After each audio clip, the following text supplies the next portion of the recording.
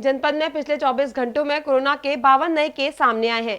पिछले कई दिनों से कोरोना के आंकड़ों में तेजी के साथ गिरावट दर्ज की गई है। लगता है कि जैसे कोरोना की तीसरी लहर ढलान पर है। इसे लेकर जी9 न्यूज ने CMO Mathura doctor A K. Verma से बातचीत की। मथुरा में कोरोना एकदम तेजी दिखाने के बाद पिछले कई दिनों से अब ढलान पर है। क्या इसे कोरोना का पीक डाउन माना जाए, ये जानने के लिए हम आ चुके हैं मथुरा के सीएमओ डॉक्टर ए.के. वर्मा साहब के पास। इनसे जानते हैं कि कोरोना के आज के आंकड़े क्या हैं और कोरोना जनपद में क्या कह रहा है। अब सर क्या आंकड़े हैं आज? 52 केस नए आए हैं और 333 केस मेरे रिकवर हुए हैं जो होम आइसोलेशन में थे।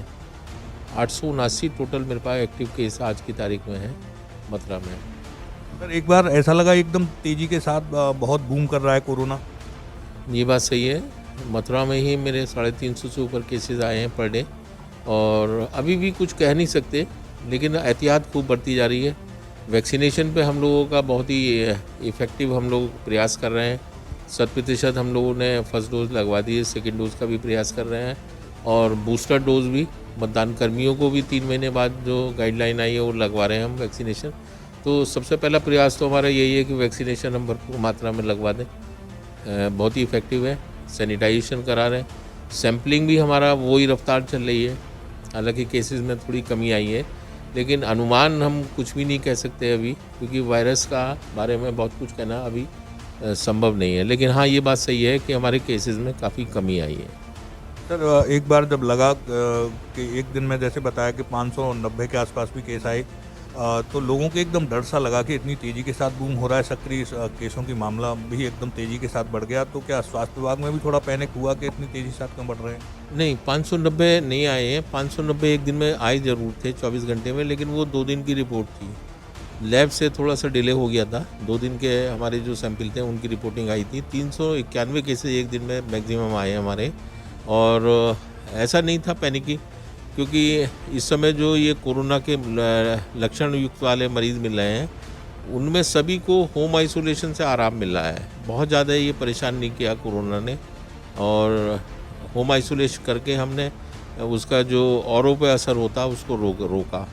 तो थोड़ा सा यहाँ हमें जनता का सहयोग भी मिला। होम आइसोलेशन बेहतर ढंग से कराया। सैनिटाइजेशन और वैक्सीनेशन में भी लोगों का अच्छा वो रहा। तो ये सब चीज़ें हैं, शायद कम हो गया हो हमारा कोरोना का प्रभाव। सर दूसरी लहर जब आई थी तो बहुत डराने वाले आंकड़े थे।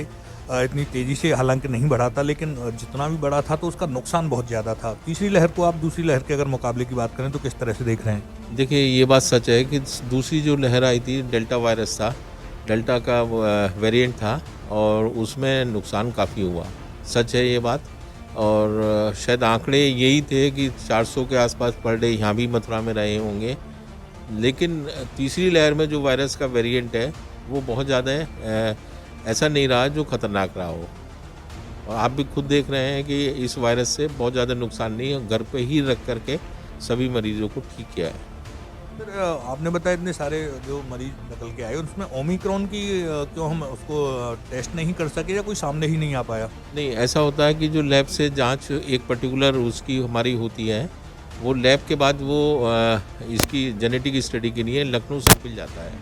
अभी हमारे पास कोई कन्फर्मेटरी रिपोर्ट नहीं है कि वायरस का स्ट्रेन किस उसका था। लेकिन अभी ये नहीं कह सकते कि ओमिक्रॉन था या कोई और वायरस का स्ट्रेन था। लेकिन ये बात सच है, जो भी वायरस का स्ट्रेन था ये कंफर्म है कि ये कोविड था, लेकिन बहुत ज़्यादा असरदार इसने नहीं दिखा। सर जिले में पिछले 4-5 दिन से लगातार जिस तरह से आंकड़ों में कमी आई है, क्या माना जाए कि पीक डाउन है कोरोना का? जितना ऊपर चढ़ना था चढ़ चुका था, अब नीचे ही उतरेगा? देखिए, हर चीज़ जो है ना, मतलब कन्फर्मेटी तो कोई भी चीज़ नहीं कही जा सकती, लेकिन ये सच है कि हाँ, जो केसेस की संख्या है वो काफ़ी कम होनी शुरू हो गई है। अभी अनुमान नहीं लगाया जा सकता कि पीक डाउन हुआ है या नहीं, लेकिन प्रयास बहुत बेहतर ढंग से स्वास्थ्य विभाग और प्रशासन ने मिलकर किए हैं। शायद उसका नतीजा हो कि पीक डाउन हो रहा हो। सर कुछ लोग देख रहे हैं कि कोरोना के आंकड़े कम होते जा रहे हैं, तो उन्होंने जो आवश्यक सावधानियां हैं उनको भी आंकड़ों की तरह ही कम कर दिया है। उनके लिए कुछ मैसेज देना चाहेंगे? हाँ, मैं हाथ जोड़ के विनती एक बार फिर कर रहा हूँ कि जनता के सहयोग से ही इन आंकड़ों में कमी आई है और कोविड प्रोटोकॉल पूरा फॉलो हो। फिर मैं ये कहना चाहूँगा कि 100% रूप से अपनी द्वितीय डोज, बूस्टर डोज सभी लोग लगवा लें और साथ में कोविड प्रोटोकॉल को फॉलो करें। सर चुनाव भी आने वाले हैं, एकदम सर पर हैं और अपने यहाँ मथुरा में क्योंकि प्रथम चरण में ही हैं, तो क्या लग रहा है कि कोरोना चुनाव में और फल फूल सकता है अगर रैलियां वैलियां हुई या उस तरह की गतिविधियां ज़्यादा हुई, जिस तरह हम भी देख रहे हैं, आप भी देख रहे होंगे कि जो जितने भी राजनीतिक दलों के प्रत्याशी हैं वो लगातार आचार संहिता को तोड़ रहे हैं और उनके साथ लगातार लोगों का हुजूम देखा जा रहा है।